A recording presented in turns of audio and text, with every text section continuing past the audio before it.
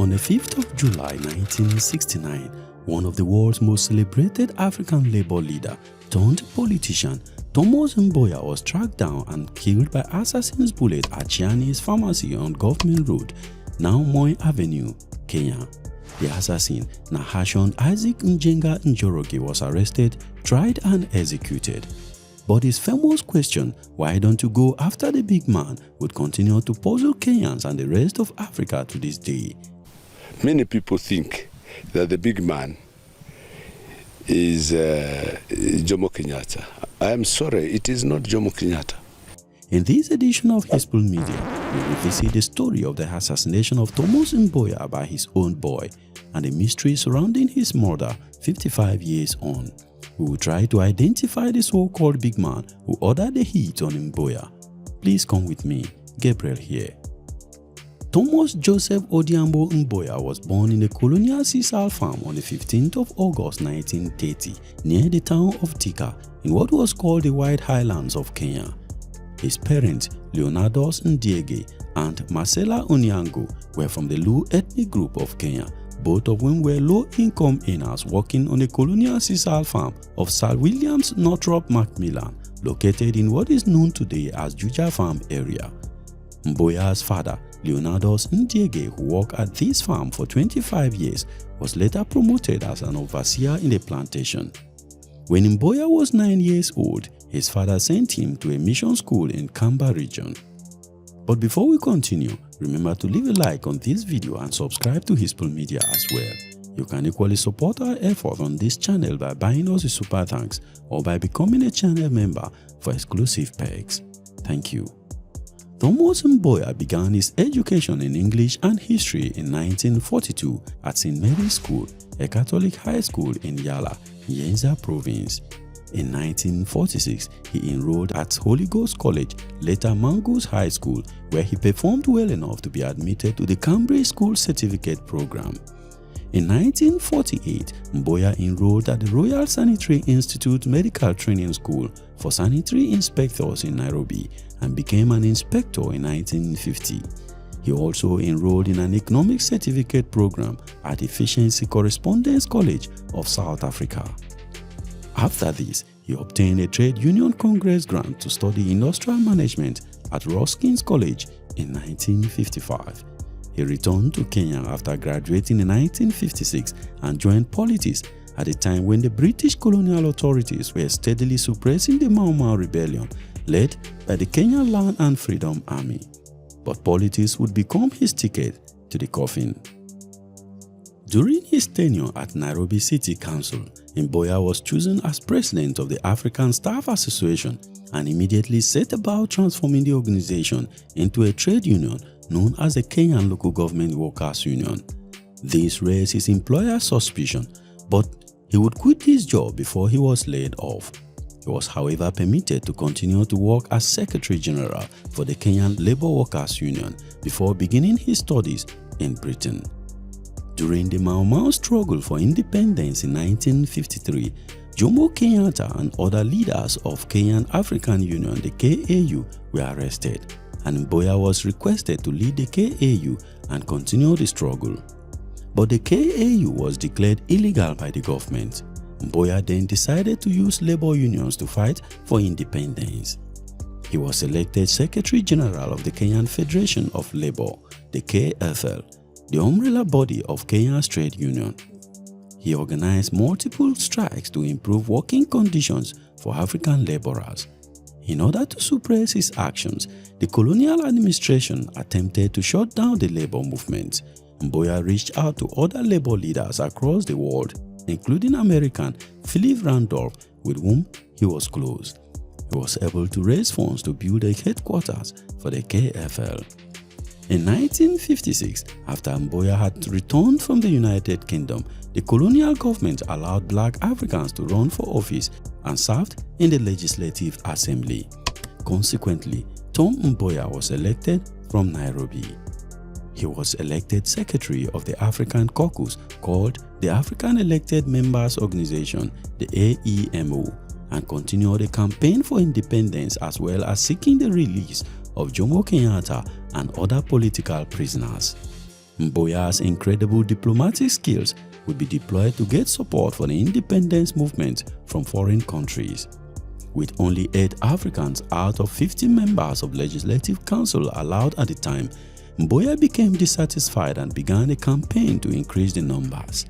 In 1957, he decided to form his own political party, the Nairobi People's Convention Party, the NPCP. At that time, Thomas Mboya developed a close relationship with Kwame Nkrumah of Ghana, who was also a Pan-Africanist. In 1958, at the age of just 28, Thomas Mboya was elected chairman of All African People's Conference convened by Kwame Nkrumah in Ghana.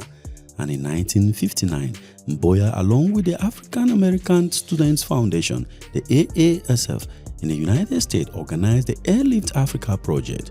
Through this project, about 81 Kenyan students were flown to the United States to study in US universities.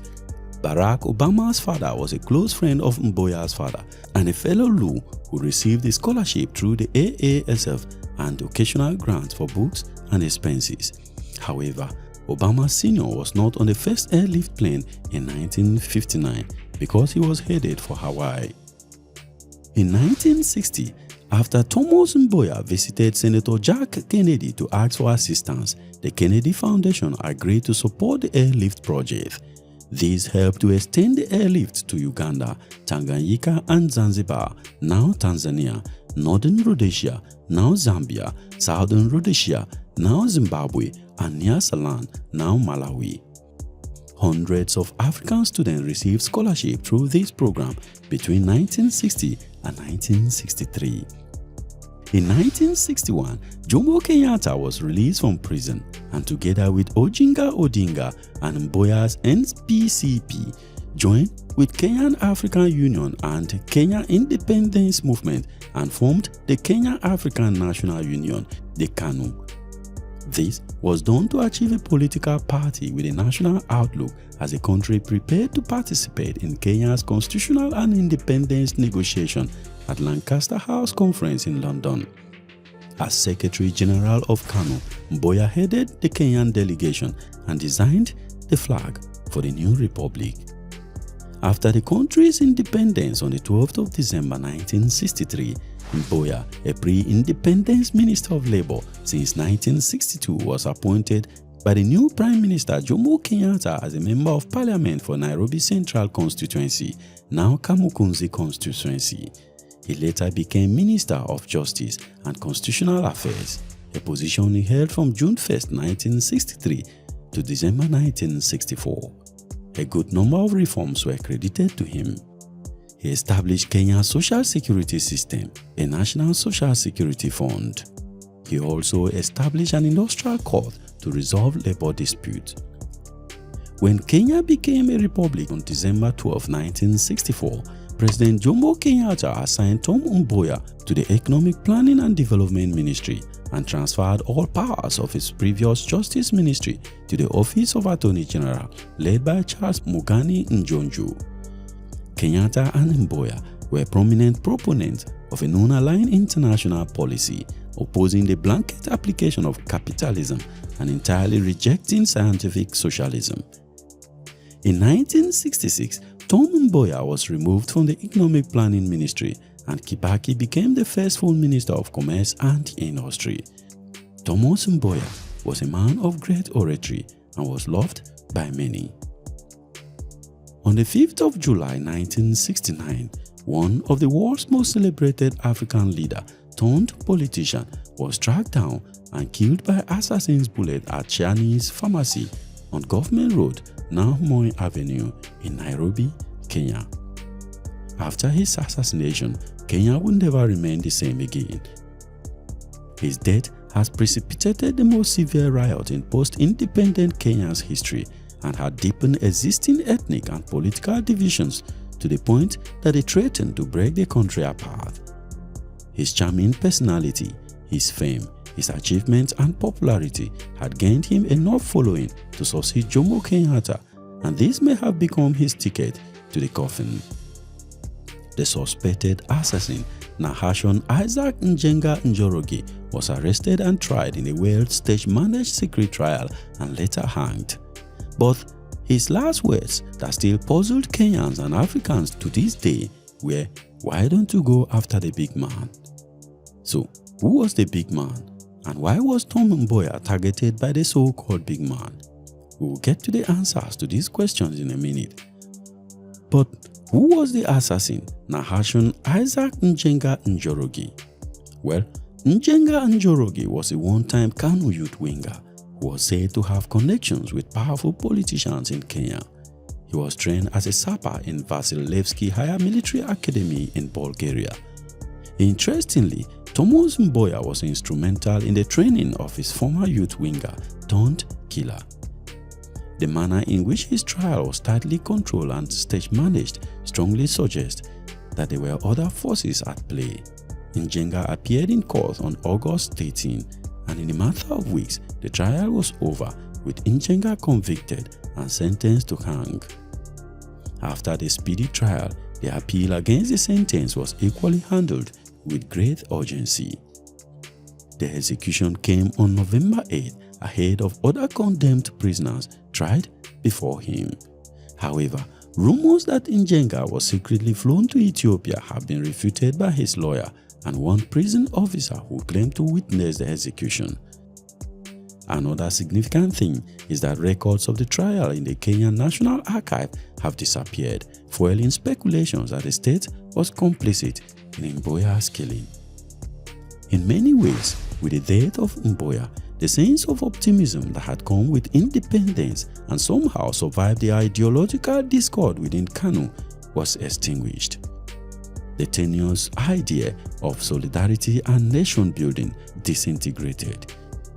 The Uhuru National Project, not up to 6 years old, was effectively taken over by the forces of tribalism and ethnic patronage. It is believed that only Mboya, whose personal and public life was above and beyond the preoccupations of ethnicity, had possessed the imagination to lead the country in a new direction. So, how did he get to the point of being assassinated? Well, Mboya had many political enemies on the right as well as the left.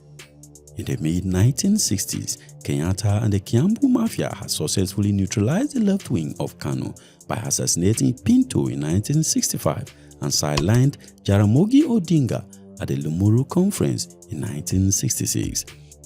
The only visible obstacle was Thomas Mboya. In early 1969, the first attempt was made on his life, but with the failure of that attack, he became increasingly isolated in the political scheme of things in the country. He also had personal enemies, for he could be arrogant, brittle, and ruthless in political infighting. As a Luo, however, Mboya was given only a little chance to succeed Kenyatta, who is a member of the country's dominant Kikuyu tribe. His talents were such, however, that he might have been assassinated to head off any possibility of his presidency. Kenyatta described his death as a loss to Kenya, to Africa, and the world. Meanwhile, Jane Mukeka, a private investigator, however, claimed that Mboya's assassination was arranged by a man known simply as Moi Lumumba. Actually, Njenga told the trial court how Mboya helped him to go for training in Bulgaria, assisted him to buy clothes, and offered him a job on his return. An offer he declined. So, why Mboya had fallen out with his two ex-youth wingers, Moi Lumumba and Njenga, was never made clear. What is clear from police statements, however, was that Lumumba wanted to vie for the Kamukunzi seat that was held by Mboya. That Wednesday, 3 days before Mboya died, Njenga had told Mrs. Moiri that he would go look for Mboya and shoot him. Others accused Charles Njonjo of killing Tom Mboya. Then Charles Njonjo cannot exonerate himself from the murder of Tom Mboya. Kenyans need to be told who the big man described by or mentioned by the convicted Njenga in the Tom Mboya murder. Many people think that the big man is Jomo Kenyatta. I am sorry, it is not Jomo Kenyatta. Charles Jojo must be the man mentioned. Coincidentally, his three great friends were assassinated in the 1960s. John F. Kennedy was assassinated on November 22, 1963. His brother, Robert Kennedy, was killed on June 5, 1968, while Martin Luther King was assassinated 2 months earlier on April 4, 1968. So, what is your thought on this? Leave your thought in the comment section. For the full story of the Mau Mau rebellion in Kenya, please click this video here. And don't forget to leave a like on this video and subscribe to Hisple Media. And I will see you in the next one. Thank you very much for watching. Peace.